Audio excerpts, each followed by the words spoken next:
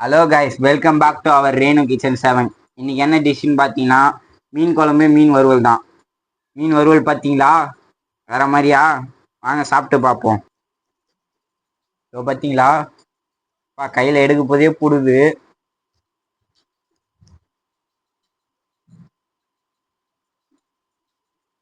மீன் கேக்கு.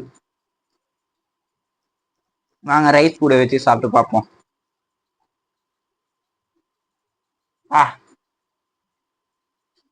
வேற level guys, சீரியஸா சொல்றேன். வேற மாதிரி உங்க அம்மா கிட்ட சொல்லி எதுவும் செஞ்சு பாருங்க. அப்ப இந்த டிஷ்ஷோட அருமை தெரியும்.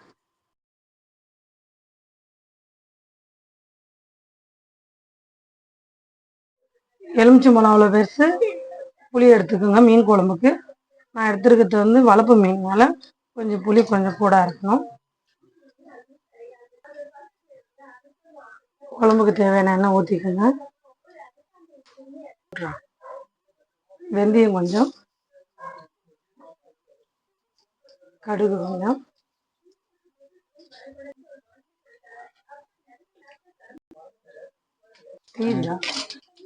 வெந்தயம் வறுத்த உடனே நல்ல வெங்காயம் போட்டு வதக்கி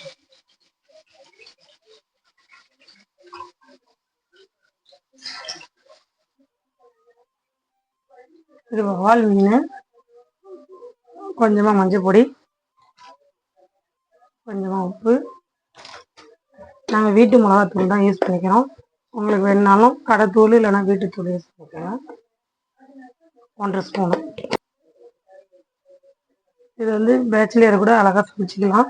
சீக்கிரமாக 5 நிமிஷத்தில் ரெடி பண்ணிக்கலாம். அந்த மசாலா எதுவும் கடைத்தூளெல்லாம் எதுவும் இல்லை, வீட்டு மிளகாத்தூள். அப்படி இல்லைன்னா ஆச்சி மிளகாத்தூள் வாங்கிக்கோங்க.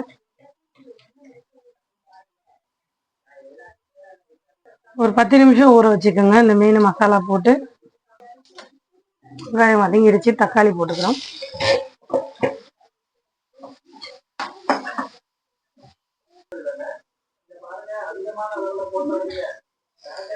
தக்காளி வதங்கிடுச்சு. தக்காளி காரம் இருக்காது, அதனால நாங்கள் இதை எடுத்துக்கிட்டோம்.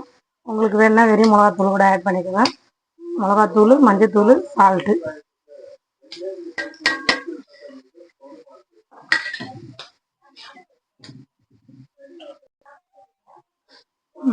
மிளகாத்தூள் போட்டாச்சு. இப்போ வதக்கிட்டு புளி தண்ணி ஊற்றிக்கிறோம்.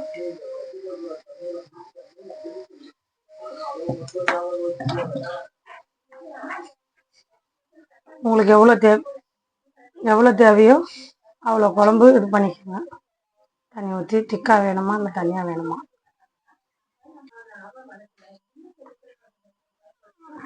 புளி தண்ணி ஊற்றி நாங்கள் தண்ணி ஊற்றியாச்சு. 4 பேர் சாப்பிட்ற மாரி நாங்கள் வச்சுக்கினாச்சு. இவ்வளோ குழம்பு. பேச்சுலர் இருந்தால் 2 பேர் 2 வேளை சாப்பிட்றதுக்கு தாராளமாக அந்த குழம்பு வச்சுக்கலாம். 3 டம்ளர் தண்ணி ஆட் பண்ணியிருக்கோம். இப்போ மூடி வச்சுக்கலாம். கொச்சதுக்கு அப்புறம் மீன் போட்டுக்கலாம். இது என்ன, நான் வடை போட்ட சட்டியானே, அதனால அதிலே போட்டுறேன். நீங்கள் வேணும்னா தவாவில் கூட போட்டுக்கோங்க. எங்களுக்கு எண்ணெய் ஃப்ரை தான் பிடிக்கும், அதனால எண்ணெய் ஃப்ரையில் போட்டுக்கலாம்.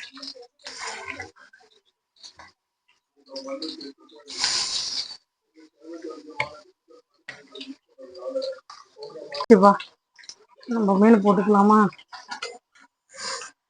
மீன் கொச்சிடுச்சு. மீன் குழம்பு போட்டு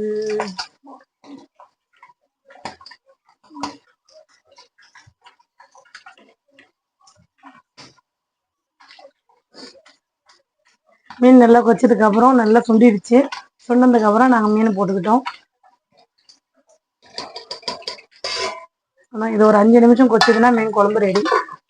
வந்துட்டு பார்க்கலாமா? இப்போ வந்து கொஞ்சோண்டு கொத்தமல்லி போட்டுக்கலாம். அவ்வளோதான். குழம்பு ஆஃப் பண்ணி இறக்கணும்.